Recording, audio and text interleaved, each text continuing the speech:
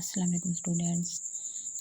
जी आज आज हम स्टार्ट कर रहे हैं केमिस्ट्री क्लास 9th का। ठीक है, उसका चैप्टर 2 हम डिस्कस करने जा रहे हैं। सबसे पहले हम देखेंगे उसका इंट्रोडक्शन, ठीक है ना, यानी कि उसका हम तारुफ देख रहे हैं। अब सबसे पहले अगर हम देखें कि जो एंशियंट ग्रीक फ़िलासफ़र थे, ठीक है, यानी कि कदीम यूनानी फ़िलासफ़र डेमोक्रेटस जिन्हें हम कहते हैं, वो उन्होंने सजेस्ट किया कि जो मैटर है is composed of tiny indivisible particles called atoms, के जो मादा होता है वो छोटे छोटे नाकाबिल तकसीम पार्टिकल से मिलकर बना होता है जिन्हें हम एटम्स का नाम देते हैं। ठीक है, अब जो लफ्ज़ एटम है वो एक लातीनी ज़बान के लफ्ज़ एटमॉस से ड्राइव किया गया। ठीक है, एटमॉस का मतलब क्या होता है? इंडिविजिबल, यानी कि नाकाबिल तकसीम।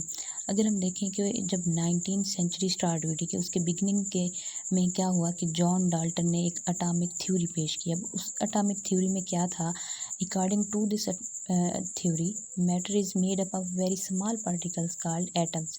अच्छा जी, जो अटामिक थ्योरी थी जॉन डाल्टन की, उसके मुताबिक क्या है कि जो मैटर है वो छोटे छोटे पार्टिकल्स से बनी होती है जिन्हें हम एटम्स का नाम देते हैं ना। ठीक है ना, अब ये था 19th सेंचुरी के स्टार्ट में, बिगनिंग में, और 19th सेंचुरी के एंड तक यही कंसेप्ट वैलिड रहा, यही कंसेप्ट रहा कि जो मैटर होती है, ठीक है, मैटर एटम से बनी होती है, और एटम क्या है? नाकाबिल तकसीम, यानी कि जो एटम है वो इंडिविजिबल है, नाकाबिल तकसीम है। ये कंसेप्ट रहा 19th सेंचुरी के एंड तक। लेकिन जब 19वीं सदी स्टार्ट हुई, यानी कि 20th सेंचुरी की बिगिनिंग हुई, तो उसमें क्या हुआ कि मज़ीद थ्योरीज सामने। उन थ्योरीज़ के मुताबिक जो एटम है वो काबिल तकसीम होता है। ठीक है, यानी कि वो इलेक्ट्रॉन पर, प्रोटॉन पर और न्यूट्रॉन पर मुश्तमिल होता है। यानी कि हम ये कह सकते हैं कि जो एटम है वो इलेक्ट्रॉन पर, प्रोटॉन पर और न्यूट्रॉन पर मुश्तमिल है। तो यानी कि ये डिविजिबल है, काबिल तकसीम है, इसे तकसीम किया जा सकता है। अब उसके अगर हम देखें तो फिर आगे मज़ीद फर्दर और थ्योरीज चलती गई। ठीक है, वो थ्योरीज़ कौन सी थी? नेक्स्ट हम देखते हैं कि theories and experiments related to structure of atom.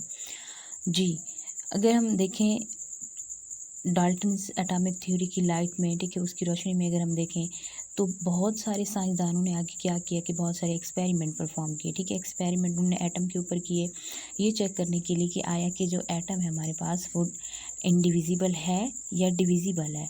ठीक है ना, अब सबसे पहले अगर हम देखें तो कहा यह गया कि जो एटम होता है, एटम एक सख्त है, ठीक है, सख्त किस्म के और नाकाबिल तकसीम और डेंसर स्फीयर पर मुश्तमिल होता है। ठीक है ना, अगर हम देखें कि जो कोई एक एलिमेंट है उसके तमाम एटम सेम होते हैं, ठीक है, एक जैसे होते हैं, और ये कंपाउंड बनाने के लिए मुख्तलिफ़ तरीक़ों से मिलाप करते हैं, ठीक है, मिलते हैं।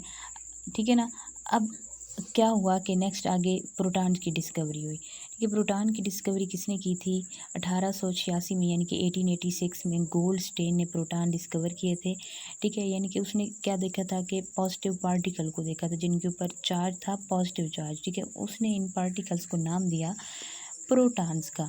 ठीक है, उसके बाद अगर हम देखें फिर इलेक्ट्रॉन्स की डिस्कवरी हुई जे थॉमसन ने 1897 में। उसने क्या देखा कि उसने ऑब्ज़र्व किया कि एटम के अंदर नेगेटिवली चार्ज पार्टिकल्स होते हैं जिन्हें हम इलेक्ट्रॉन्स कहते हैं। ठीक है ना, ये हमारे पास होगी इलेक्ट्रॉन की डिस्कवरी।